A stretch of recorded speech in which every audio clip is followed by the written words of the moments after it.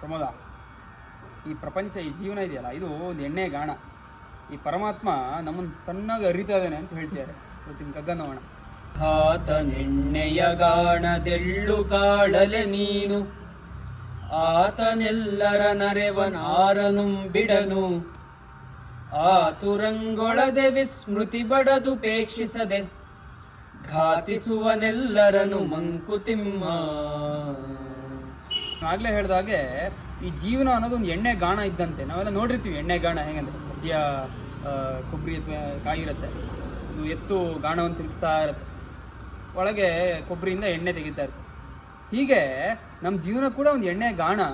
ಆ ಗಾಣದೊಳಗೆ ನಮ್ಮನ್ನು ಹಾಕೋಬಿಟ್ಟಿದ್ದಾನೆ ಪರಮಾತ್ಮ, ಹಾಕ್ಕೊಂಡು ನಮ್ಮನ್ನು ಚೆನ್ನಾಗಿ ಅರಿತಾ ಇದ್ದಾನೆ ಅಂತ ಹೇಳ್ತಿದ್ದಾರೆ.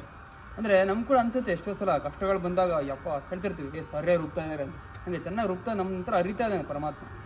ಈ ರೀತಿ ಮಾಡಬೇಕಾದ್ರೆ ಎಷ್ಟೋ ಸಲ ಹೇಳ್ತಾರೆ ಕರ್ಮ ಹಿಟ್ಸ್ ವೆರಿ ಹಾರ್ಡ್ ಅಂತ.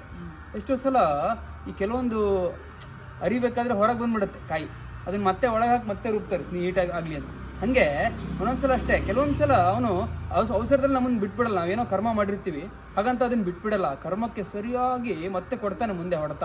ಅದನ್ನೇ ಹೇಳ್ತಾರೆ, ಅದಕ್ಕೆ ಹೇಳ್ತಾರೆ ಕರ್ಮ ಯಾವತ್ತೂ ನಮ್ಮನ್ನು ಬಿಡಲ್ಲ. ಅದರಿಂದ ನೀನು ಏನು ಕರ್ಮ ಮಾಡ್ತೀವಿ ಅದನ್ನು ಅನುಭವಿಸಲೇಬೇಕು ಅನ್ನೋದನ್ನು ನೆನೆಸ್ಕೊಡ್ತಾ ಇರುತ್ತೆ. ನಮಸ್ಕಾರಗಳು.